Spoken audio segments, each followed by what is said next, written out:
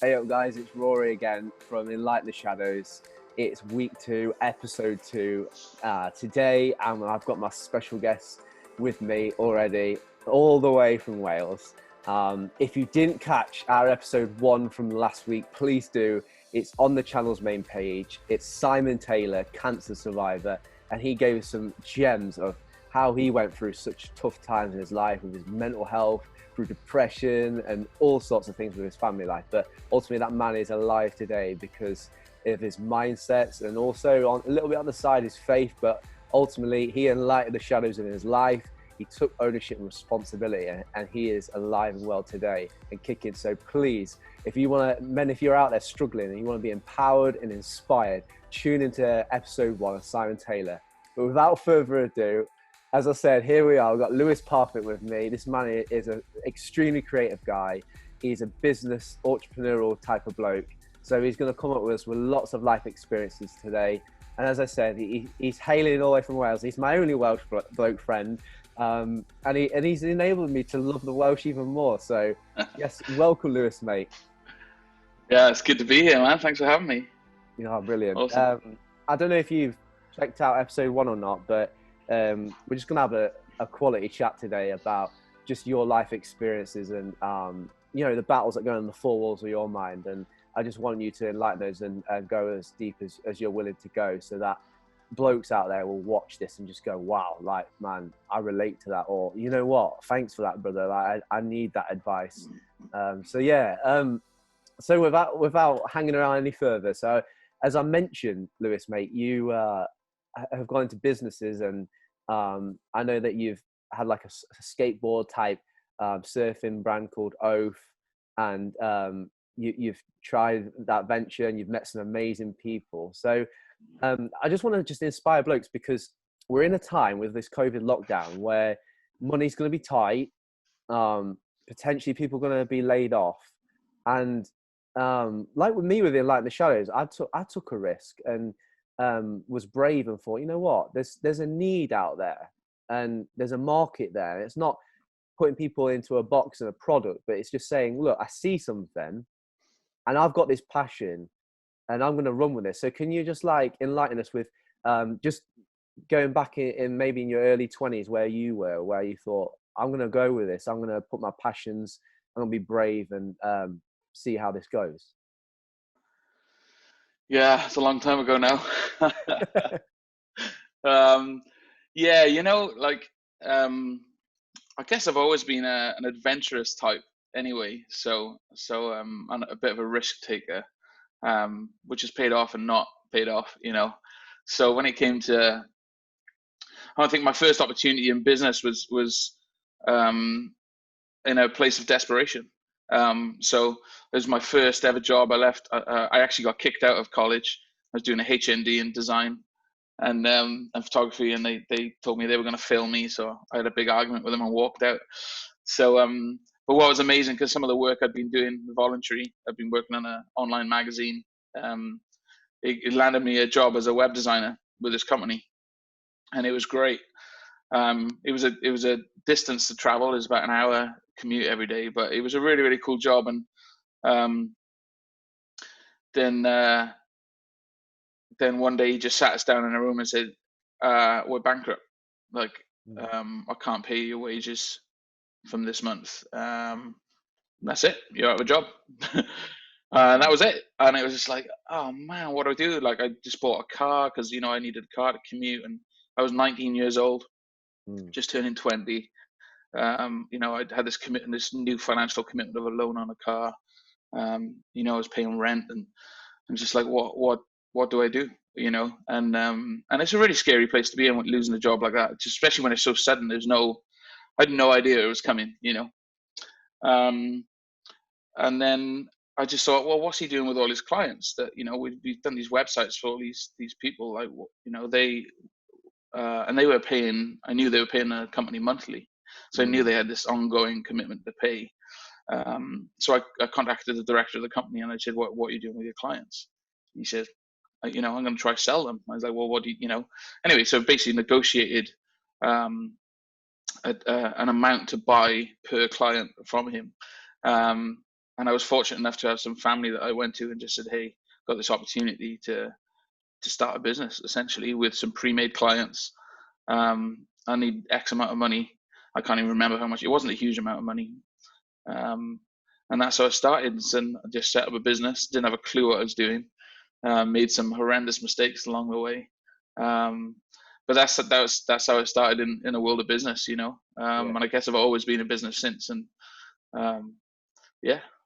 That's amazing. And I always have learned this lesson in life is start messy as well. Like if you just are paralyzed by even fear or perfection or people's opinions, like you'll just never end up doing it. So yeah, man, just thanks for being real about that and saying like, you know, I had all this against me, but you still went for it. And so you mentioned like you had some lessons learned. Let's just say, you know, it's not a Debbie Downer club, or let's try and, you know, publicly shame you, but let's just be real. Like, let's just use one key example, and we'll call it a life lesson. I don't like saying, oh, you know, focusing on mistakes and creating it to too much of a negative experience, but actually just enlightening in that moment, saying, you know what, like I struggled with this, and but actually there was a lesson in that I could learn in the future. So can you just share with any people watching today who'd be like, I want to start my own business up, and you know, I want to be brave, but can you just give them something that you like faced and you were like, yeah man, like I've learned this. So then because life's about learning from people and their mistakes. Absolutely. So, yeah man. Yeah, there's a saying that a wise man learns from his mistakes, but an even wiser man will learn from others people's mistakes. So Simon said that this week. Oh really? Yeah. Excellent. So good. Do you know what the biggest thing, the takeaway I'll take from my experience is comparison is a killer. And I think when I started out, and even years later, I fall victim to comparison so much. And so as a business, like, so I started this web design, graphic design business, and I would look at other design businesses and think, that's what I need. You know, they've got this, you know, like they've got this amazing office. And so years later, a perfect example of this, years later, so I did this business for a while, and then I went into teaching, and I taught IT and media and stuff. And then I came back out of that 6 years later and went back into full-time business, even when I was teaching, I still had a business, you know, on the side. But I went back into full-time business, and I had this little office. And I just thought, this is not good enough, you know, this is not the image. I'm a design, you know, it's all about image. And so I need a bigger and better office, you know. And I need to be in a better location, because I was up in the valleys in Wales, you know, and you know, the population isn't huge. There's not loads of businesses. So I'm like, right, I need to be in the center of the city. So I went out to Cardiff, found this great office. It was a massive jump financially, but I'm like, I've got to look like this agency, or I've got to look like this agency, or people are going to see me. They have to see this image because that's what everyone else does, right? So I overcommitted on this office, you know, and 6 months down the line, I didn't have enough work to maintain my rent. And I had to walk out of there. Not only did I walked out, I was in a 12-month contract, so I had this huge debt then that I had to cover, and it took me years to recover from that, you know. And that, I can hands down say, that was because of comparison, you know, that just looking at other people and thinking that's how I need to do it. But I often find that the most successful people in any area of business are the ones that quite often have never had any experience in those areas before. So they don't do it like it's always been done. They do it in how they see it should be done. And it's, you know, rather than saying, oh, you don't do it that way, mate, this is how we work in this industry. You know, they're like, well, why? That doesn't make any sense to me, you know, and you'll do it in a new way. So don't ever be put off by not having experience in a particular industry, or you know, not really knowing how it should be done, because, you know, just do it what, you know, you see a need, you see a problem, and you figure, I've got a way to solve that problem. This is what creativity is. You know, you haven't got to be an artist or a photographer to be a creative person. It's solving a problem, essentially. And so if you think you can do that, then just go for it. I like that. I love that. Creativity is ultimately solving problems. I love that. That's so true. So I want to talk about some experiences with Oath, because you've got some cool stories, and you're into like skateboard and stuff, and you might be a little bit angry with me, but I've got my special. I've got a special skateboard here, and I've wrote on it. Ah, So nice. this guy, we're going to talk about this guy because the reason why I wrote in marker pen, which has made it kind of look a little bit dungy, but it says in these words about greed. So it's from the Bible. It says Proverbs 15:27, and it says, "Those who are greedy for unjust gain make trouble for their household." And I think there's a lesson in there with trying to make yourself a better life with money. But I don't know if you want to talk about this guy here, and can you just share light about it? Like, it's a funny story, but there is a lesson to be learned about chasing the dream and chasing the penny and going hard in life. So I don't know if you want to talk about this guy here. Yeah, for sure. Yeah, so we had the business Oath, which was essentially we just wanted to create sustainable skateboards and surfboards, and so our skateboards, the one you got there, were made from 70% bamboo, which is obviously a lot more sustainable product. And it was actually a better product too. Um, so we got this investor, which was amazing, and it got us off the ground, and they're from America, and so he invested money into us, which, I mean, we couldn't have done it without it for sure, you know. But I remember sitting down with him in America and over a meal, and he's going, "Okay, we've got a business here," you know, and you could see his eyes light up with, "Okay, this is." I don't think he really thought it was going to work. He just took a gamble because we had, family connections, and but then he was like, "Okay, no, we got a business," and he just wanted more input basically, and then he wanted more control, and then he just flew over to the UK, to Wales, and sat us down, and was just like, tried picking holes in everything that we were doing. And don't get me wrong, like everyone makes mistakes, so there were things that we could have done better. We probably shouldn't have spent money here or there or whatever, but he was like, "You need another cash investment to make this work." And we were like, we're working, like we're making money, we're reordering, we're not millionaires. I probably never will be, but the business was working, and it was kind of in profit, not much, but just enough to keep going. We were heading in the right direction, And he's like, "Nah, this is not going to work. You need a big lump of cash. I can do that for you, but in return, I need 60% of the business."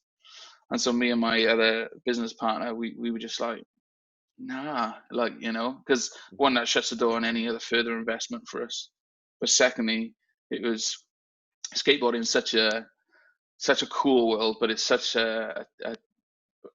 it's so they protect themselves, they look after each other, and so in the skating world, it's very much skaters for skaters, and we buy from skater-owned skate shops, and things like that. So to have a non-skater being the majority shareholder in the business, it was going to take it in a direction that we probably didn't want to go in. We'd made decisions like only want to sell to independent skater-owned skate shops. We're never going to sell to Sports Direct or Argos or Asda and stuff like that, and that's probably where the quick money was for us. But that's not what we want. We were investing in a lifestyle brand for skateboarding and surfing. So we just thought we're probably going to compromise on all those values that we've built this brand around. And values are everything, not just in business but in life as well. And so for us, it was a no compromise. Like, we're not going to compromise on the values that we've set out as a business, and accepting that money and giving away the majority of the company was going to compromise those values. And so we said no. And then the whole world exploded in my eyes. Accusations came about me stealing money, and it just got really dark really quickly, really stressful. There was threat of court, and I didn't know what to do. I wasn't sleeping. It was just an horrendous time. When you got somebody not just attacking your business, but personally attacking you. Saying, "You've done this. You've stolen money from me." That was really difficult to deal with, because it's an attack on your character.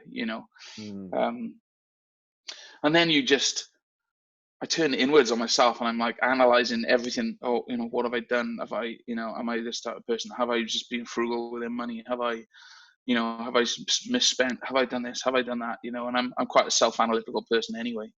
So I just became uber critical of everything I was doing or everything I'd ever done. It was a really horrible experience.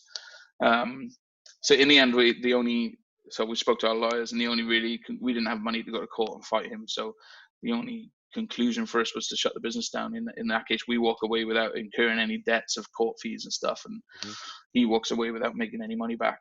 And when you say he, is this the he, isn't it? That's the he right there. Right. So just so our viewers are like they're following.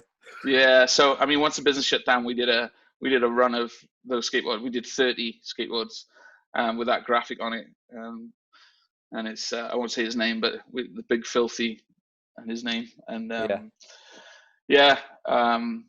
so the picture, if you can hold it up again, but there's him there. There's food all around us. I mean, it was just an image. When he visited us in Wales, he just ate a lot, and it was really messy.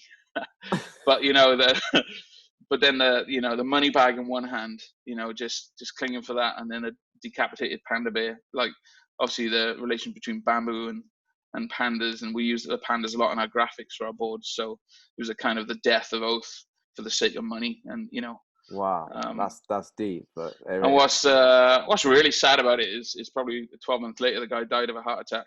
Yeah. And it just like, the guy was a millionaire, but left with nothing. Oh, that's deep. The guy's a millionaire, but left with nothing, and it just shows us in this life, you can have all the money, you can have all this success, but what does it lead to at the end of the day? And I just want to say massive respect to you for holding true to your character and your values, which you did, and it came to a cost, so yeah, man, thank you for sharing that. But no that greed and chasing the penny, it doesn't lead to true joy and success in life necessarily. So I want to tell you blokes out there listening to Lewis, particularly here, like, take note. Like, you can try and chase the dream all you want and go after money, but it's just paper, it's just metal, it's a currency. And if you're not walking and holding true to yourself, then is it really worth it? Probably not.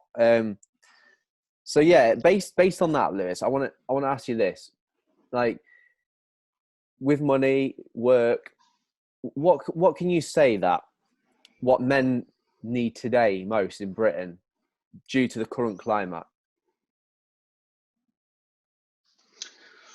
I think it's purpose. We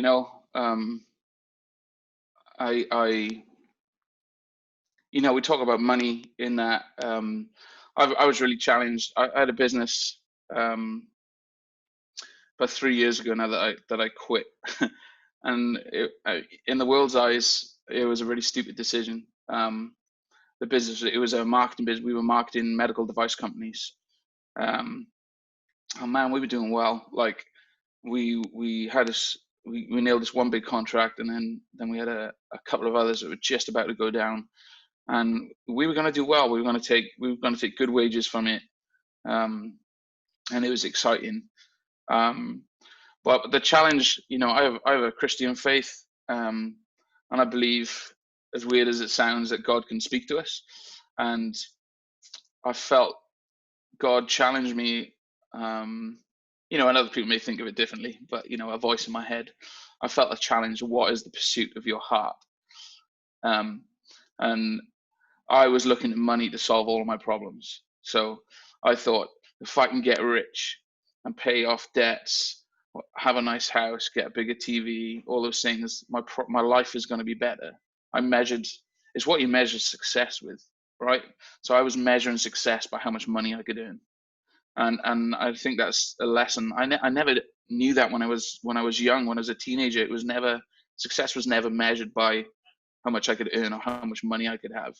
Success was measured by the girlfriend that you had, or whatever. It was so much more about relationship when you were growing up. It was about how your parents or those sort of things. That was success in my head growing up. So something happens in adulthood where that changes, right? And again, this comparison comes in. So this challenge was, what is the pursuit of your heart? And I had to honestly sit down and say, well, it's money. Money is what is going to solve my problems. And I realized that wasn't right, and that was never going to work for me, because money was never going to solve my problems. Money, we just talked about, I think it's such a huge issue, actually, so I'm going to dwell on it. But It's money good, bro. money is like, money was invented for trading, right? So, where before money it would be goods. So hey, I'm a chicken farmer. I need some wood, and you're a lumberjack. So hey, have 5 chickens and give me a ton of wood. That's how it used to work. And then we have money, and it's a form of currency. So for me, you have to trade something for money, right? Um, and for me, that was my soul. And it sounds dark, I guess, but I think it's true. And I guess I just wasn't willing to keep trading parts of me for the sake of money again. So Sorry, when just to help our viewers. So when you say your soul, you're trading your soul for the money. Can you just break that down a little bit? So like, because so they're on a level. yeah, Like, what yeah. does that kind of look like and mean? So it's my core, my sense of who I am, my values, as a person. Am I willing to compromise on my humanity? Then I heard a guy called Erwin McManus talking recently about reclaiming our humanity. And that's what I was doing. I was reclaiming my humanity, to stop chasing the money and start living with some purpose. Mm. And my dad, I've had a strange relationship with my dad growing up. We're not the closest, but I remember him. He doesn't have any faith or any society. He was a science teacher, very scientist, believes what he can see kind of person. And I remember him. I'll never forget. I was probably about 10 years old. We were walking down the hill from our house, and he said, we were chatting about different things. He says, "I'll tell you what the meaning of life is." He said, "It's leaving this world a better place than when you arrived." And I never forget that. And there's no spiritual, connections to that, but just a very practical, really simple kind of, just leave this world a better place than when you left it. And the only way we can really do that is when our focus is on other people and not on ourselves. And so what do men need, coming back, what do men need today? What do they need? I purpose, and it's reclaiming our own humanity. And I think we can get so sucked into looking at ourselves and worrying about ourselves and in our own despair and our own darkness. But actually, if we start looking out to what's around us and the people that are around us, there's someone, you know people need compassion more than they need money, more than they need cash. Compassion more than cash. There you go. And that's a phone call to say, hey, I haven't spoken to you in a while. Like, how's it going? Like, people need a friend more than they need 50 quid in the bank. Like, and so I've found more fulfillment, more happiness, more growth through focusing my life on other people than I have on myself. So trying to fix my problems by focusing on me doesn't work. I will grow, I will develop as I focus on others.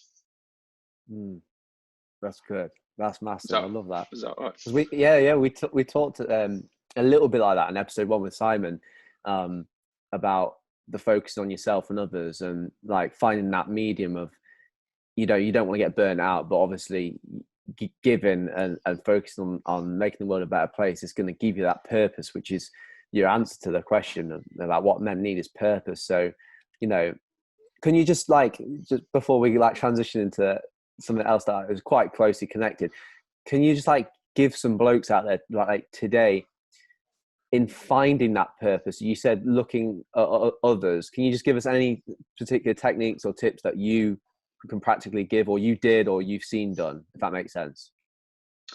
Yeah, sure. Yeah, so it doesn't require you to have money. Like, if you, and some people are blessed with having money, and that's great. And if you've got money, it might just be, I got a friend, he's a really successful business guy down in London. He's just when this COVID-19 first, he just put on Instagram, hey, I know a lot of guys are out of work at the minute, lost jobs. He said, I want to buy you your groceries. Just drop, if you're already struggling for cash, I need you to be honest and message me.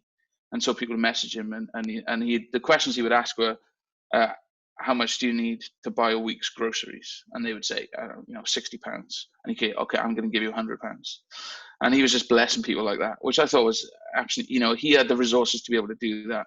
And I thought that was an amazing thing to do. And he did that for about 2 or 3 weeks, which is awesome. But it can be just as simple as, it's about being intentional. So, we've got friends that we're not seeing right now. and we can't spend time with.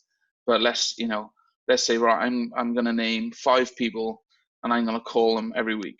Each day of the week, I'm going to have a phone call with with it, just as simple as that, and not make it about me. So I talk, as you're experiencing right now, I can talk.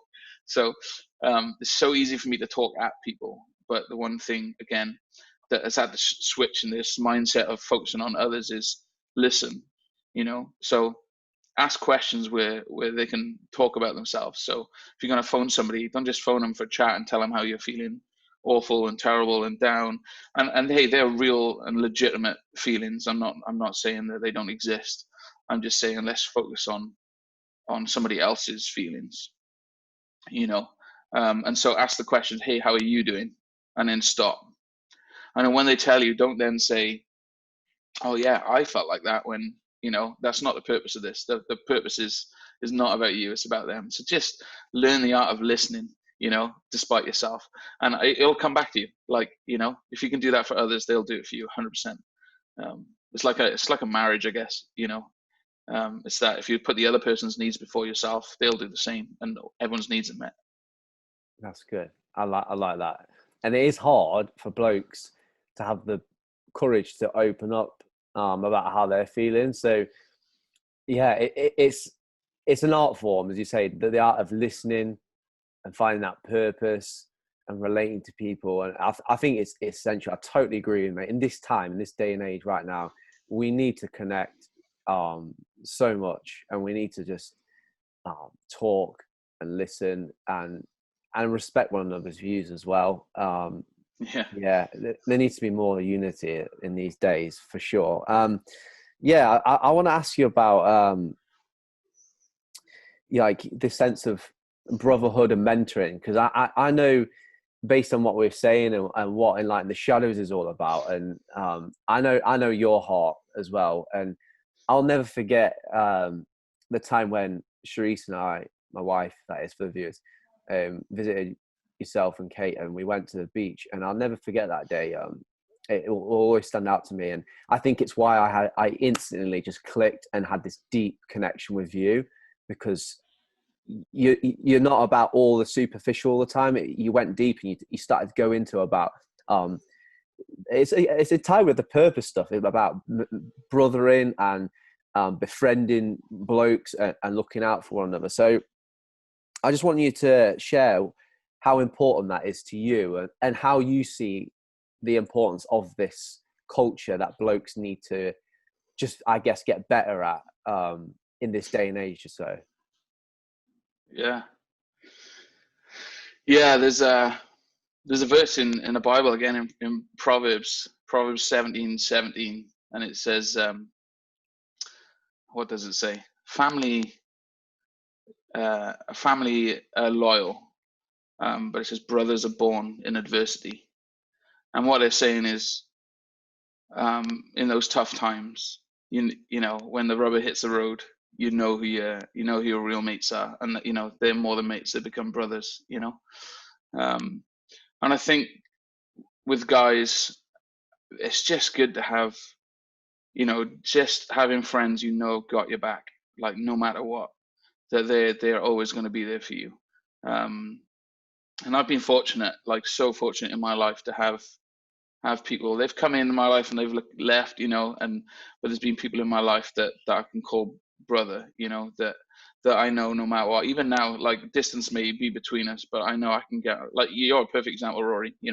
I know I could get on a phone and say, Rory, man, like, I'm struggling, or I need this, whether that's physically, practically, or emotionally or spiritually. Those guys are there for me, and I've got it tattooed on my chest. I got brothers through adversity tattooed right across. Are you going to give us a little striptease? Down there, somewhere. Brothers through adversity. It's very white down there. That's the Welsh in you. Yeah, and the ginger. That's how important it is to me. Brothers through adversity, and I love that. I love that idea of, our family are born through adverse times, such as this. And I guess sometimes it takes dark days to find out who your real mates are, or to find out you don't have any real mates, and that's that's a reality as well, and so, it's really interesting actually. Very recently, I had a really low point when this COVID started, well, about a week or so before it actually, and then we went into lockdown. I was really low. I've just turned 40. I turned 40 last weekend. Never would have guessed. I'm so old, man.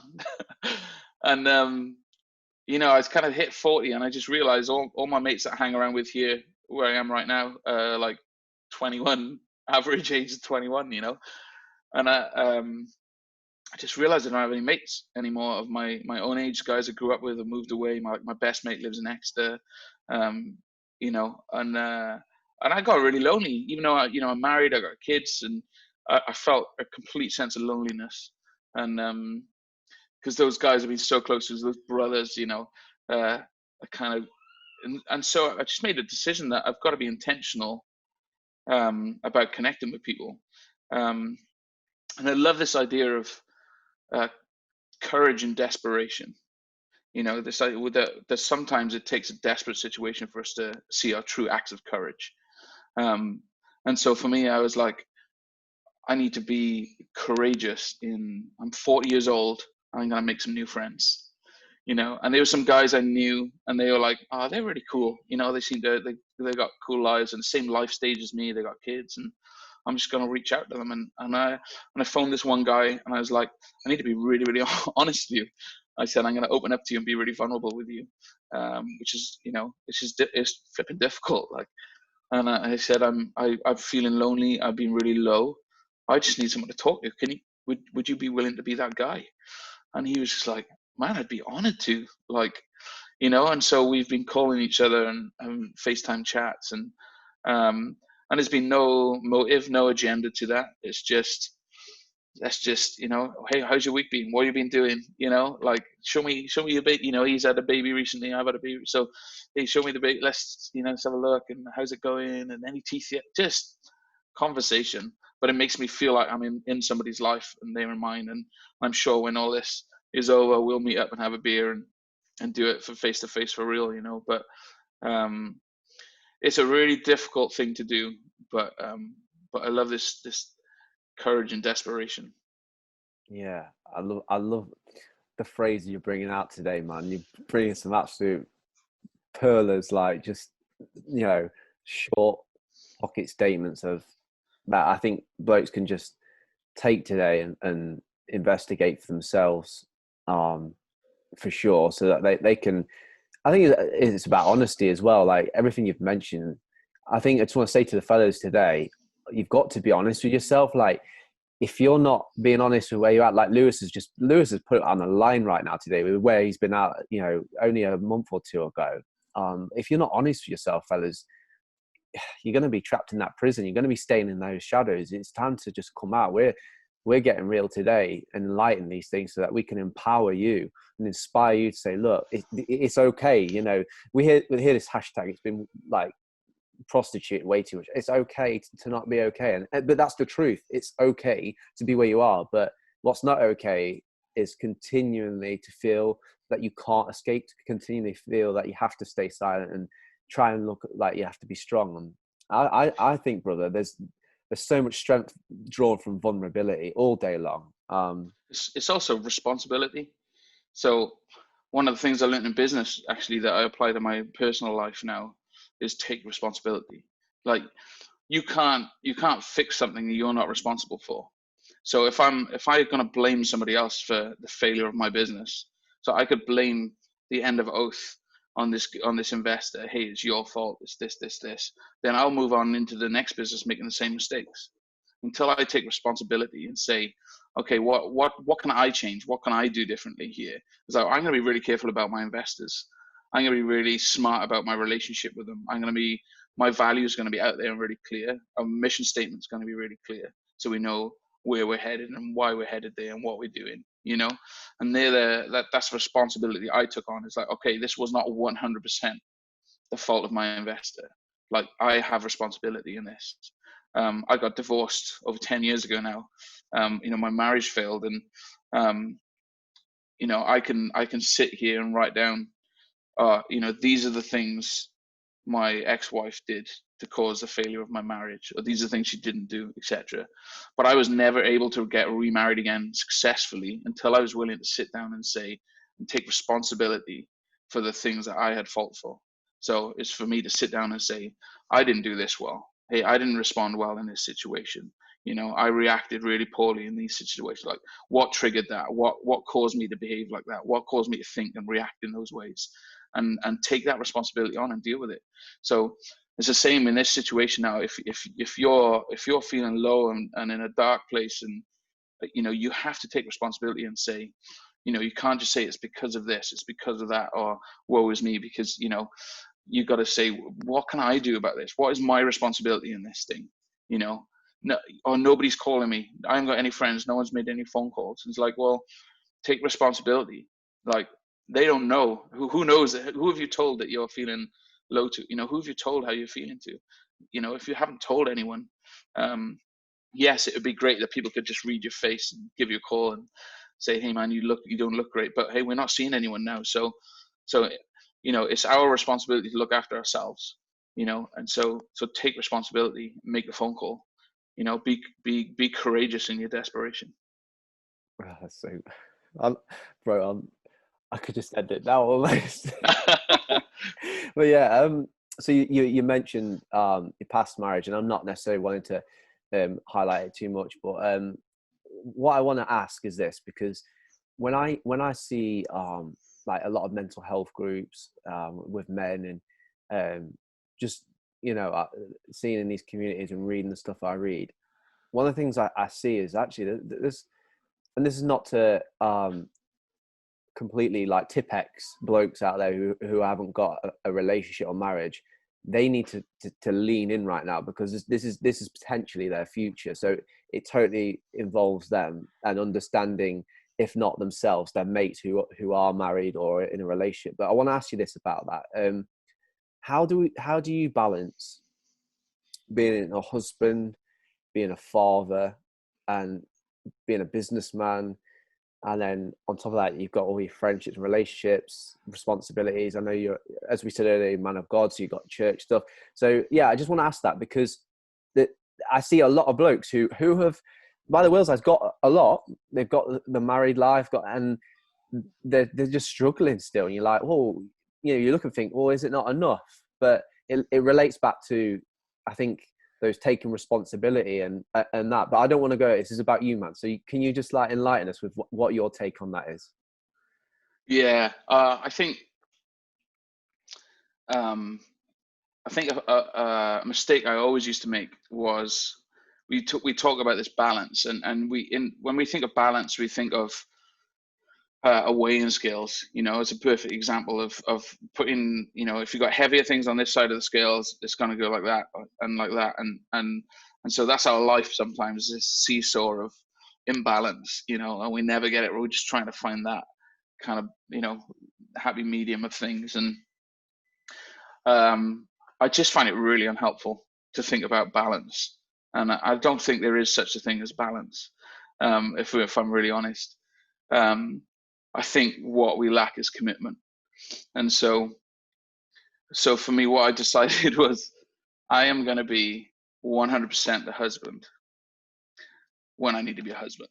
I'm going to be 100% a father when I'm called to be a father. I'm going to be 100% a businessman when I need to do business. I'm going to be 100% a brother when I need to be a brother, you know. And that sounds like, how can you be 500%? You know, it doesn't make sense. But there's a lot of times for these things. So you just got to be smart. Like, it's about finding rhythms, right, in life. And so for me, like my phone is, I associate with work, right? So when I pick up my phone, I'm going to check my emails. Like, I do a lot of stuff over Facebook and Instagram, you know, running my businesses through that. So, you know, I'm always checking those things. So it's like when I wake up in the morning at 7:30 or whatever time the baby decides to get us up, it's, you know, it always used to be the first thing I'd pick. Oh, let's just check my phone and see what have I missed overnight, kind of thing, you know. But now it's like, no, hang on a minute, this is family time. Like, I'm 100%, I'm a father, and a husband right now, and so my phone can wait till 9 o'clock when I start work, you know. And so just put the phone away. I'm not 100% a businessman right now, and I can't be a 50% businessman and a 50% husband, because I'm going to fail at both. Does that make sense? Absolutely. So yeah, it's just, I decided I'm going to be 100% guy. I'm going to be 100% on whatever I'm focusing on at that time, you know. And I find this, like, me and my wife, we've been at home together now for, you know, she was on maternity leave, and then COVID-19 came. She literally been back in work for 2 weeks, and then we had lockdown. So we've been at home, oh my God, like a year now. And it's, do you know what? I'm like, honestly, I would think we'd be at each other's throats or whatever, but we're not. We've just been getting on so well. But it's about making those decisions to be 100% in that moment. And life is just more fulfilling when you decide to be in the moment, like 100%. It's like, okay, I'm with my baby right now. I'm 100% in this moment. I'm going to enjoy every single. So forget about the phone. Forget about taking photos and filming it and all those sort of things. You're gonna miss it. Like, be in the moment, 100%. Be a 100% person. Bro, you're just on fire, man. Seriously, like, in Enlighten the Shadows, we have 3 concepts. It's a 3-pronged approach. So the umbrella is mindfulness, but it's through the platform of media, and then on a deep level, like mentoring, which is going to be, you know, it's early days yet for us. You know, my dream is to have a team around me with blokes that just on my level who want to do what I'm doing. It's not about anything but the cause. But why I bring this up is because of the mindfulness. So I was contemplating about using the word mental health, but I personally feel, this is just my opinion, that mental health has a negative connotation, like a stigma behind it. And I think if men see it, they instantly are either like, yeah, or they're like put off by it. And I don't want that. I wanted to use the name Enlighten the Shadows and use mindfulness as a sense of curiosity. People explore it. Like, what do you mean? Because mindfulness is exactly what you just said, bro. Like, I just want to say to the viewers, like, mindfulness is in the moment. And, you know, it's, you know, we're Christian again, and I'm not going to bring Christians every week, but the point is mindfulness, you know, that you can take it back from Buddhist roots, but, you know, I'm not into all that and catting off people. The point I'm making is this, is I see in society today, we're so obsessed with being fixated on the future, what I need to do, what I haven't done, what I've got to get done. And then sometimes we're imprisoned by the past, where we're like, oh man, I haven't done this, and you've got all these regrets. And I just think, whoa, stop, put it all aside. And as Lewis has just amazingly just put, just live the now, live the moment, fellas. Like, live now. Like, watching this video, there will be people we've lost already. There'll be people who watch the first 5-10 minutes and they go, oh, my phone, and, you know, a text has come up on their phone, or they've been distracted by something. Oh, what's the time? And, you know, we've all got priorities. But the point I'm making is we need to learn, if we want to improve our lives. I personally believe this, the sweet science back. If we can focus on the now, it will improve our well-being so much more. So yeah, man. Yeah. You're do you know what? I'm going to drop another bombshell mic drop. Come on, bro. We're putting the quotes in the all right. Here you go. This is something I kind of had, again, just part of the journey and growth for me. But every decision we make ends in life or death. Like, every decision we make is a life or death decision. And so when you decide, and it sounds really drastic, but ultimately there's 2 paths in life, right? One, I believe anyway, there's a path that leads to life and fulfillment and purpose, and there's a path that leads to death. And you know, you don't have to believe in afterlife and stuff like that to think about death and life. I'm not talking about that. I'm talking about life, about living. You know, I'm talking about beyond your death. Even if you don't physically feel there's an afterlife, your legacy lives on. Do you know what I mean? So every decision you make leads to life and legacy, or it leads to death and eradication from everything, you know. And so, like, what I choose to eat daily is a life or death decision, you know. Like, how I react in conversation to people is a life or death decision. You know, one leads to life, one leads to death. How we interact with each other is life or death. Maybe not for ourselves sometimes, but for the people we're speaking to. And so, like, you know, it's really weighty. Like, carry that weight, like, in your decision making, you know. Like, am I going to pick my phone up when my baby's playing by my feet and just get lost on Instagram? Or am I going to invest in my child? Because that's life or death. Just drop that right there. But yeah, as I say to people at the bottom of the video, I like to cover the segments of this episode, and then I've got the quote. So yeah, if you're thinking, oh, I might have to press stop and rewind, well, press stop, rewind, replay it. But I've got them time tagged and everything. So yeah, man, thank you so much. I'm loving this today. This has been class, bro. And you know what's really good about it is because we personally haven't chatted for quite a bit, and that's given us that kind of sense of room to just go all out because we've missed each other. And yeah, man. And as we know, and as I know with many of my friendships, that you pick up where you left off, and it's proper cliche, but it's true. And man, I've so enjoyed this episode so far. It's been great. I want to ask you something else, which is what I ask each of my guests. It's like my end of the chat, because that's how I feel. I feel we're there. We're coming to the landing strip, because you don't want to like try and manufacture the flow and the rhythm of this chat. And I feel like there's so much that you've given us today, which is like enough for people to just take away and rewatch, meditate on, and just apply to their life. So I want to ask you this, mate. What's your best piece of advice for a bloke right now who feels utterly helpless? I would say, it sounds strange, but write down on your phone or whatever, write down some goals that you want for each day. So I did this for years, and every morning I get up and I'd read my goals for and they were the same goals. I use them every day, but I had goals like, I'm going to be the most positive person in the room today. Trying to think what I used to have on there. Do you know what? Sometimes I have to stand in the mirror and look at myself and say, "You are going to be positive today. You're going to be the most positive." And I would set myself some goals like this. Oh, I used to write like, "I'm going to be the best father I can be today." And so just write down these goals that they're not like, I'm going to make 150 grand today. Not that, not what I'm talking about. It's just, who do you want to be? Like, what values do you want to live by today?